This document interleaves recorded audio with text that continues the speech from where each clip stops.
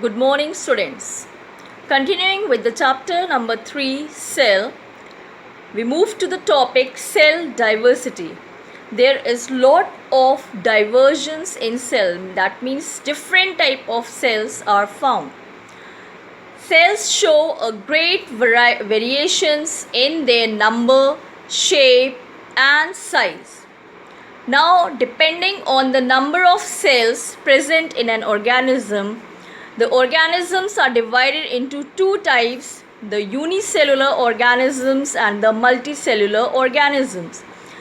The organisms in which single cell, only one cell is present, the single celled organisms are called unicellular organisms like amoeba.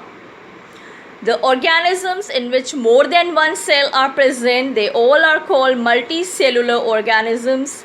Example, plants, animals. Now the cell size. The cells can be very small, microscopic to large.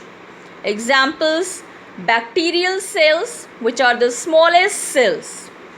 Egg cell, egg is also a cell, which is the largest cell. And the nerve cell, which is present in our nervous system, the nerve cell is the longest cell. There are great varieties of shapes of the cell. They may be irregular like amoeba. It doesn't have any shape, so it is called irregular. It can be oval like Chlamydomonas. It can be cylindrical like Spirogyra. It can be slipper shaped like Paramecium. And it can be biconcave like red blood cells present in our body. The basic cell structures of plant and animal cells.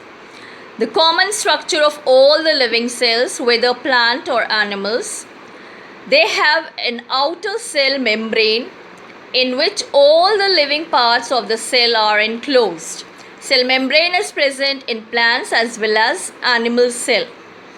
They have a nucleus which controls the functions of the cell, and the liquid part inside the nucleus is called nucleoplasm. And this material field which has all the living parts of the cell, this liquid is called the cytoplasm. The cytoplasm and nucleoplasm, which is found inside the nucleus, together they form the protoplasm. Now this is the enlarged view of an animal cell. The outer wall is called the cell membrane, which encloses all the cell organelles in the cytoplasm. The Golgi bodies. Next to the nucleus is the centrosome. The center part, the nucleus, and the center part of the nucleus is called nucleolus. The finger-like projections are called endoplasmic reticulum and the mitochondria. We will study about these parts later in the chapter in detail. Now moving on to the structure of a plant cell, the internal structure of the plant cell. Plant cell has got a cell wall along with the cell membrane. Cell wall is not present in the animal cell.